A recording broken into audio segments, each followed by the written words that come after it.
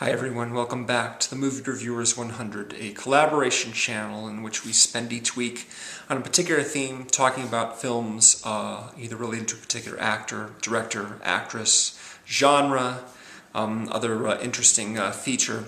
And we're doing Joseph Gordon-Levitt this week. It's actually the first week of what I like to call Inception Month. We'll be doing 4 weeks in a row of actors from Inception. Kind of a funny coincidence, or maybe it's not a coincidence, I don't know. Before I get into Brick, which is the film that I wanted to talk about, I just wanted to make mention of the fact that I've now been on this collab channel for 2 years. I was asked, I believe in April of 2011 by Big Al 1982 to join up, and I was very happy to do so. And unfortunately, a lot of those early videos had been deleted when our channel was hacked in late December of 2011. So I was very disappointed about that. A lot of the videos I made got lost, and there's a big sort of chunk missing from our history on the channel. Fortunately, before they were all wiped out, I was able to do what we call mirroring, and that is basically save a video that was already uploaded to a desktop that I was working on and then upload it to my channel. So a few of the videos that I did for that period are saved on my own personal channel. And they're not all excellent, but one of them I'm particularly proud of, and that is a video I did on 2001: A Space Odyssey. And there's a couple other ones I think are pretty decent, so I've left the links in the description below on this video. Yeah, I'm really sort of happy to be here. Not sort of happy, very happy. And I enjoy just talking with the other guys on the channel. We've had sort of a change in personnel, but we have a pretty solid lineup right now. We've got 7 guys, one for each day of the week. Of course, I do videos every Thursday, but Big Al does his videos on Friday, which is basically the start of our theme weeks. And then we have, excuse me, we have EJ, Puckbond 007, on Saturday. We have Ray, aka Ray DVD, on Sunday. On Monday, I believe it is Forkerball, aka Ian, aka Fester. And on Tuesday, James, aka DVD Collector 1974, who I'm sure a lot of you guys know. And then Dino last, Dino on Wednesday.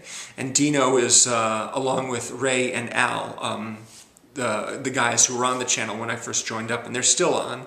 And then, of course, we have our newer guys who brought a lot of energy and enthusiasm to reviewing for this collab channel. So it's a pleasure to know all of them and to chat with them every single week about what we're going to be doing, what the themes are, and coming up with new ideas and what have you. It's been lots and lots of fun.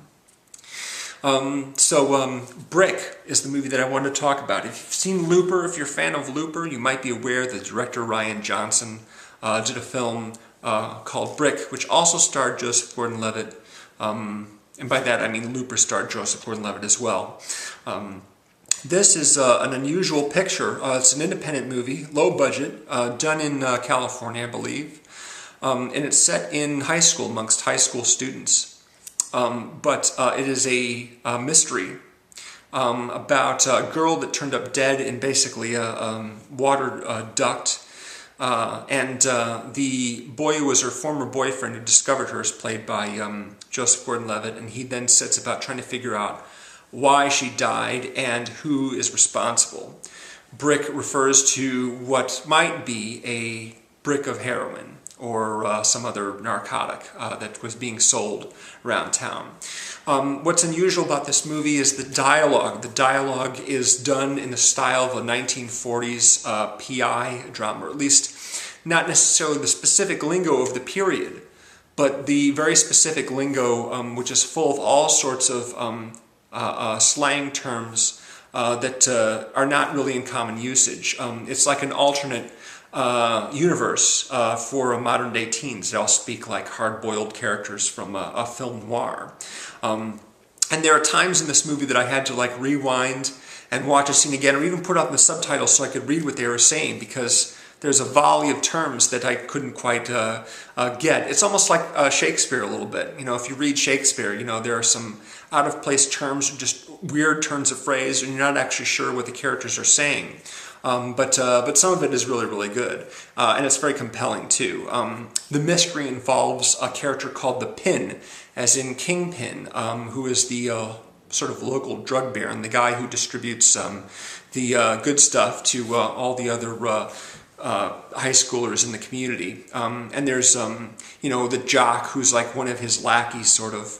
And then there's the femme fatale, who is, at least in appearances, dating the jock, but in fact she is her own woman, and she's, you know, just, she's positioned herself in a way that, you know, benefits her in a number of different areas. There's also the Pin's right-hand man, who I believe is called Tugger, always walking around in a white wife beater and a headband or something like that, real sort of a thug type, and basically expresses himself mostly by punching people.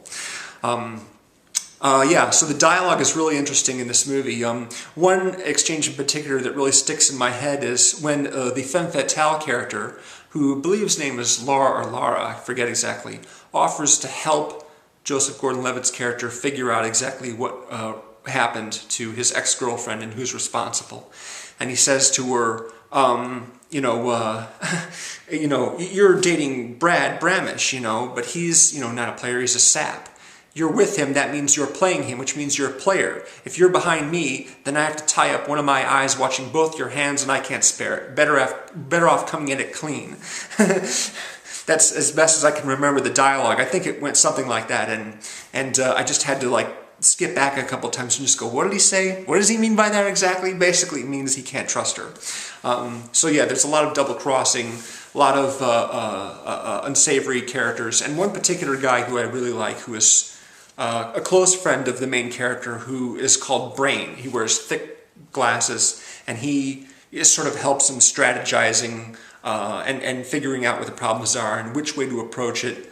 There's a lot of really clever stuff where he just basically shows up and kind of, not the Brain, but the Joseph Gordon-Levitt character. How come I can't remember the name of his character? I'm not sure. But he'll do crazy things like show up at a party where he's obviously not been invited. The setup to that is really interesting. He finds an invitation with nothing more than a telephone number, and he calls the number, and basically without trying to let on that he doesn't know anything, he manages to get information about the party and what have you, which is pretty cool. I remember a scene like that in White Sands, where Willem Dafoe calls up somebody and gets a lot of information without letting on that he's not actually supposed to be calling them. Yeah, a really interesting movie, and a lot of good acting in it. Of course, most of the actors don't look like they're in high school. They look a bit older than that. But I kind of like to, and I know Joseph Gordon-Levitt wasn't really high school age at this point when he made the film, but I kind of look at Joseph Gordon-Levitt's career as everything that came before Brick and everything that sort of came after Brick, because Brick is kind of the movie where everyone kind of sat up and going, oh, he just isn't good at playing young guys, you know, or whatever, or nice guys. You can do a variety of things. This movie really shows that he has range, and from then on, his career really took off in a lot of interesting directions. Of course, he was in a couple of Christopher Nolan movies, as some of the guys have mentioned earlier. Yeah, he's just very, very well regarded now, and rightly so, because he is quite a good actor. And of course, we're all looking forward to seeing more of his stuff. He's not a guy that I followed really carefully, but I have seen quite a lot of his stuff. So check out some of the other reviews on this channel. Ray did a review of 500 Days of Summer. We had a review of Premium Rush, which I believe was what James did. Couple other reviews. I can't remember off the top of my head. But please do check out the other guys if you haven't already. They've got great personal channels. They do a lot of fun videos, so subscribe if you haven't already. Subscribe to us if you haven't already. We'll have a new theme featuring a different Inception actor starting tomorrow. Thank you very much again for watching. See you again real soon.